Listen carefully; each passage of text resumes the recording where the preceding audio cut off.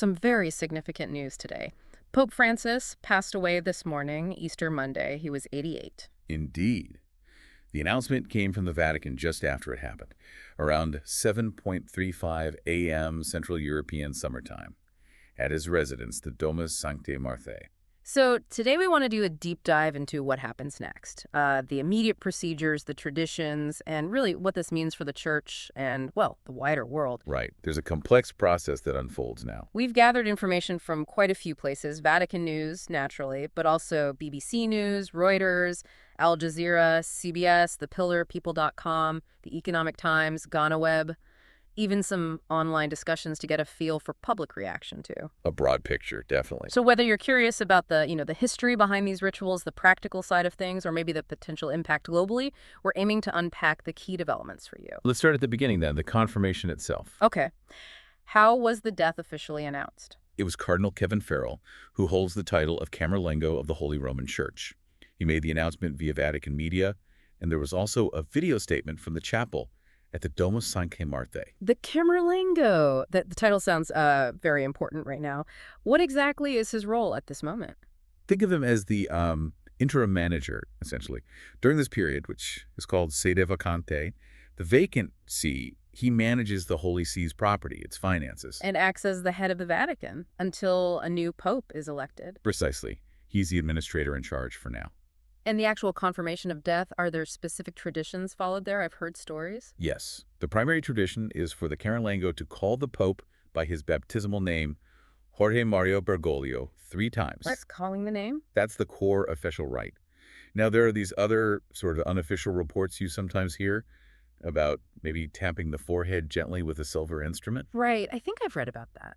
Yeah, but historical proof for that being a consistent practice is apparently a bit debated. The calling of the name is the key part. Okay. So once it's confirmed internally, who needs to be notified? How does the news spread officially? The Camerlengo's first job, then, is to inform the Dean of the College of Cardinals. Right now, that's Cardinal Giovanni Battista Re. And the dean takes it from there. He does. He notifies the diplomatic corps, all the ambassadors accredited to the Holy See, and then the heads of state around the world. Makes sense. Global institution, global notification. And also, because the Pope is the Bishop of Rome, the Cardinal Vicar of Rome has a specific duty to make a special announcement to the people of Rome itself. So a structured cascade of information. Okay, beyond just announcing it, what happens immediately? There are rituals, right? Like the fisherman's ring. Absolutely. The fisherman's ring is a very visible one. It's that gold ring, usually showing St. Peter fishing from a boat, and it acts as the Pope's official seal. Used on documents and such. Exactly. So upon his death, the ring is brought before the College of Cardinals. The Camerlengo then officially scratches it or breaks it. Breaks it. Why? Well, it serves 2 purposes. Symbolically, it marks the definitive end of that Pope's authority. His reign is over. Okay, the symbolic part I get. But there's a very practical reason, too. It prevents anyone from using the seal to forge documents during the sede vacante, this interim period. Ah, right. So no one can issue decrees or anything in the late Pope's name. That's actually quite clever. It is. It's a safeguard, really, honed over centuries of these transitions. Interesting how the practical and symbolic merge there. What else does the Camerlengo do right away? He orders the sealing of the Pope's private apartment in this case, his rooms in the Domus Sanctae Marthae, and also his personal study. His papers are secured. To prevent access. Yes, unauthorized access. He also formally takes possession of the main papal properties, the Apostolic Talus, the Basilica of St. John Lateran, which is the Pope's cathedral as Bishop of Rome, and the papal summer residence, Castel Gandolfo. So securing everything associated with the papal office. Okay. Then we move into a period of mourning. That's right. There's a formal 9-day mourning period called the Novendials. This actually begins after the burial. It's a time dedicated to prayers for the repose of the Pope's soul. 9 days. And what happens before the burial? Will the public be able to pay respects? Yes. Typically, the Pope's body lies in state in St. Peter's Basilica. This usually lasts for at least 3 days, allowing the faithful from Rome and, well, all over the world to come and view the body and pray. And I read that Pope Francis had some specific ideas about his funeral, wanted it simpler. He did, yes. He apparently expressed wishes for a simpler ceremony, for instance, opting for just a basic wooden coffin. Okay. And he specifically requested not to have his body displayed on that raised platform, the catafalque, which has been traditional. So how will people view the body then? The report suggests people will view him inside the coffin, just with the lid removed. A more direct, perhaps less ceremonial approach. That seems very in keeping with his papacy, doesn't it? It certainly seems to reflect his general style, yes. Humility, simplicity. When and where will the funeral mass and burial take place? The funeral mass itself is usually held within 4 to 6 days after the death. Typically, it's outdoors in St. Peter's Square, and it's presided over by the Dean of the College of Cardinals. St. Peter's Square. Weather permitting, I suppose? Exactly. There's always the consideration that if the weather is really bad, it might need to be moved inside the basilica. But the burial itself, I heard something different about the location. Not in the Vatican grottos. That's the significant detail, yes. Yeah. According to his wishes, Pope Francis will be buried in the Basilica of St. Mary Major, across Rome. Wow. Why there? He had a very deep personal devotion to Mary, Salus Populi Romani, whose icon is housed there. He visited it countless times, before and after every trip. It's quite a statement. So he'll be the first pope buried outside the Vatican in a Rome. How long? Since Pope Leo III, back in 1903. Yeah. So over 120 years. It definitely underscores his connection to that particular basilica and perhaps to the city of Rome in a wider sense. That is really fascinating. A break from modern tradition. So after the funeral and burial, that's when the sede vacante officially begins. Correct. Once the Pope is laid to rest, the See of Peter is formally vacant. And during this time, the College of Cardinals runs the show, led by the camerlengo. Yes, but with limitations. They handle the church's ordinary business, things that can't be postponed. Think of them as caretakers. Caretakers, so they can't make any big changes, like doctrine or appointing bishops. Absolutely not. All major decisions, any potential changes in church teaching, significant appointments, those are all reserved for the next pope. Their authority is strictly administrative and temporary. Who else keeps working? Do all the Vatican departments shut down? No, certain key officials continue, but in limited roles. The camerlengo, obviously, also the major penitentiary who deals with certain confidential matters of conscience. The sostituto at the Secretary of State continues managing day-to-day affairs. And the secretaries, the number 2 officials of the various dicasteries or departments, they keep things running, but report to the College of Cardinals, not acting on their own authority. The college can also govern Vatican City State if urgent matters arise there. So it's a holding pattern, basically. Keeping the ship steady until the new captain is chosen, which brings us to the conclave. Exactly. The process to elect the next pope. How does that get started? Who calls it? The Dean of the College of Cardinals, Cardinal Ree, is responsible for formally summoning the conclave. This happens after the mourning period concludes. And all the cardinals head to Rome. All the cardinal electors. That's the key distinction. Only cardinals who are under the age of 80 on the day the papacy became vacant are eligible to vote. Right. I remember that rule. So they gather in Rome. Do they just go straight into voting? Not quite. Before the conclave itself begins, they hold a series of meetings called general congregations. General congregations. What happens there? This is where the entire College of Cardinals meets, including those over 80 who can't vote but can participate in these discussions.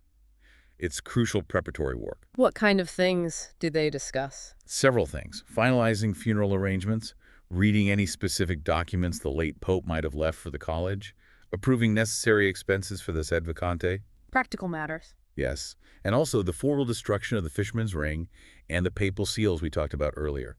That happens during one of these congregations. Okay. But importantly, they also hear meditations and discuss the needs and challenges facing the church.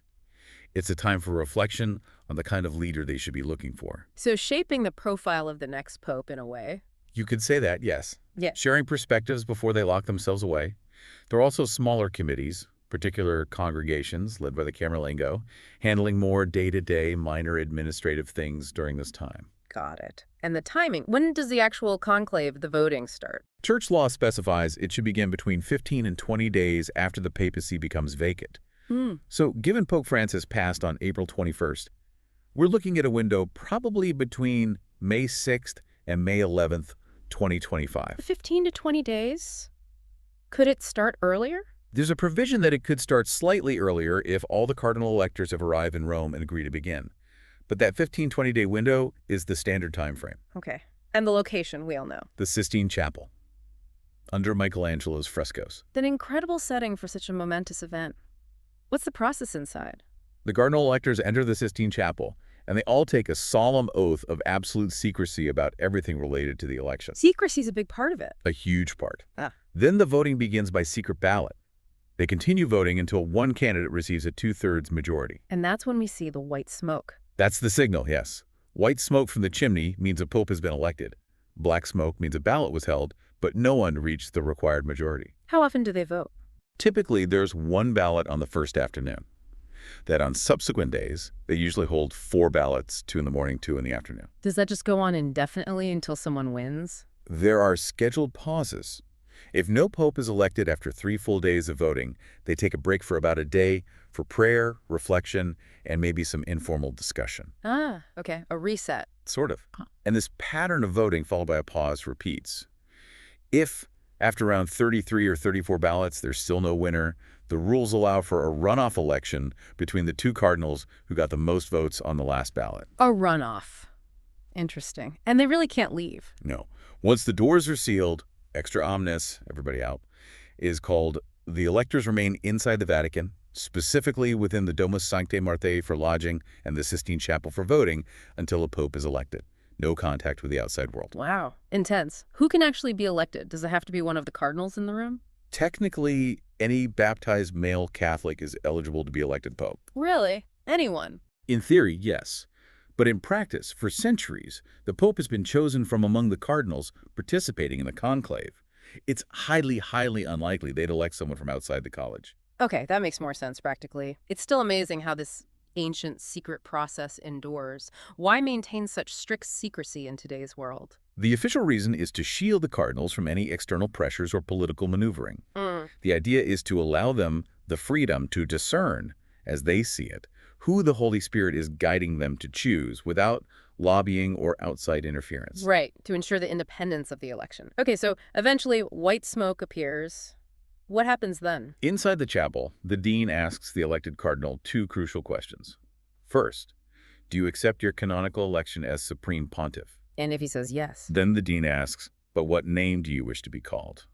He chooses his papal name. And then the big reveal. Then the senior cardinal deacon, not the dean this time, goes out onto the central balcony of St. Peter's Basilica, overlooking the square, and announces to the crowd and the world, Annuntio vobis gaudium magnum, habemus papam. I announce to you a great joy. We have a pope. Goosebumps moment, even just hearing it described. It truly is. He then announces the chosen name of the new pope. Shortly after that, the new pope himself emerges onto the balcony. And gives his first blessing. Yes, he gives his first apostolic blessing, Urbi et Orbi, to the city of Rome and to the world. An incredible culmination to the whole process. Now, shifting gears slightly, for our listeners, maybe some who even have trips planned to Rome soon, what does all this mean practically on the ground? Will Rome shut down? That's a really important question for people visiting. The short answer is no.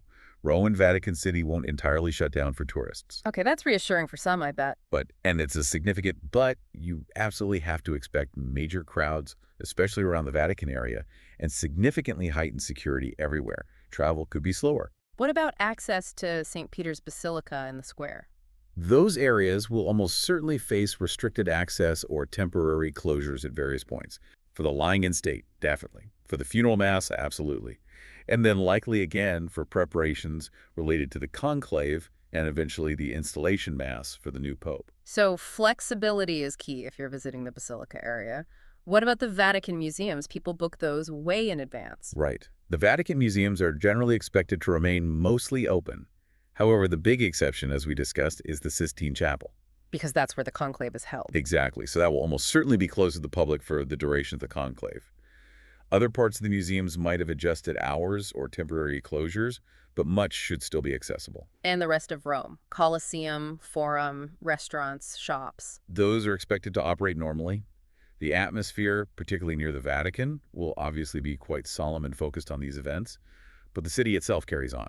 Any advice for travelers based on past experiences? I know we looked at some online discussion mentioning Pope John Paul II's passing. Yeah, those firsthand accounts are useful. They suggest some tours might get canceled or rerouted, especially Vatican-focused ones. Museums might have unexpected closures or sometimes unexpected openings, depending on security decisions. So the best advice is stay updated. Check official Vatican news sources frequently. And be prepared to adjust your plans. Definitely. Build flexibility into your itinerary. Be patient with crowds and security checks. It's a historic time to be in Rome, Yeah. but it requires adaptability. Okay, that's very helpful, practical advice. So just to quickly recap the whole sequence for everyone listening, we've had the passing of Pope Francis, the confirmation by the camerlengo, these immediate rituals like breaking the fisherman's ring, sealing the residence. Then the period of public viewing, the 9-day Novemnials mourning period after the funeral, a funeral that will be simplified, as per his wishes, and the really notable burial at St. Mary Major. Followed by the sed vacante, where the College of Cardinals manages essential business under the camerlengo. Leading into the general congregations, the preparatory meetings, and then the conclave itself in the Sistine Chapel, likely starting in early to mid-May. With the secret voting, the smoke signals, until finally, habemus papam from the balcony. And for visitors, anticipate crowds and some closures around the Vatican, but Rome remains open. Just be flexible. It really is a moment steeped in centuries of history and tradition. Watching this transition of leadership unfold is quite something. It truly is a fascinating intersection of ancient rites and modern realities. And thinking about Pope Francis, his desire for that simpler funeral really does seem to speak volumes about his papacy, his values. It makes you wonder, doesn't it, how the cardinals coming from all corners of the globe with different perspectives will navigate the challenges facing the church today as they choose his successor. That's the central question now, isn't it? What direction will they seek? Exactly. What aspects of this whole process, this transition, do you, our listener, find most compelling? Or maybe what questions does it spark for you about where the Catholic Church might be heading next? Definitely something to reflect on as this unfolds in the coming days and weeks.